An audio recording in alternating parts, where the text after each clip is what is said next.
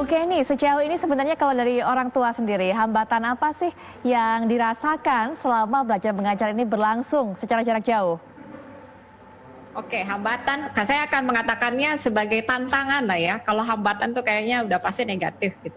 Tantangan pertama adalah mengenali anak dengan baik. Karena kita mungkin terlalu menyerahkan kepada orang lain selama belajar itu kan di sekolah. Merasa bahwa seolah-olah tanggung jawab belajar itu ada di guru gitu. Nah itu bagus sebenarnya adalah setelah ada masa karantina ini kita mengembalikan lagi fungsi orang tua juga dalam selain mendidik juga memperhatikan perkembangan anak.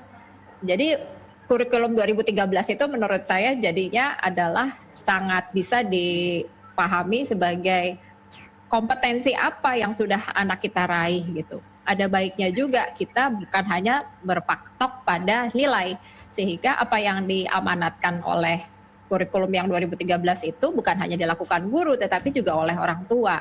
Nah, tantangan kedua adalah apakah orang tua tahu apa yang bisa dilakukan bermitra dengan suami dan istri nih. Kadang-kadang kan ayahnya lebih pandai matematika, ibunya lebih pandai bahasa misalkan. Itu yang bisa dipadukan.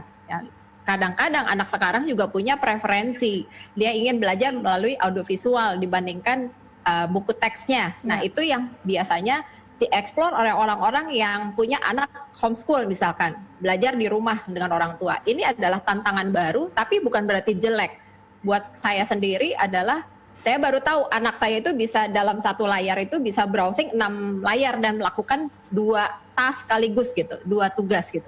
Itu hal yang baru yang saya temui dari kemampuan anak. Kalau tidak ada kejadian ini, justru kita tidak tahu. Jadi balik lagi, kalau tantangannya apa adalah mengenali anak kita sendiri. Tingkat kebosanan dia, frustasi levelnya dia, apa yang biasa dia lakukan untuk meredakan itu misalkan. Itu juga pembelajaran di abad 21 ini. Anak-anak kan harus belajar bagaimana menghadapi rasa frustasi. Karena mereka tidak sabaran, mereka ingin cepat dan lain-lain. Gitu. Jadi kita sebagai orang tuanya menjadi modelnya.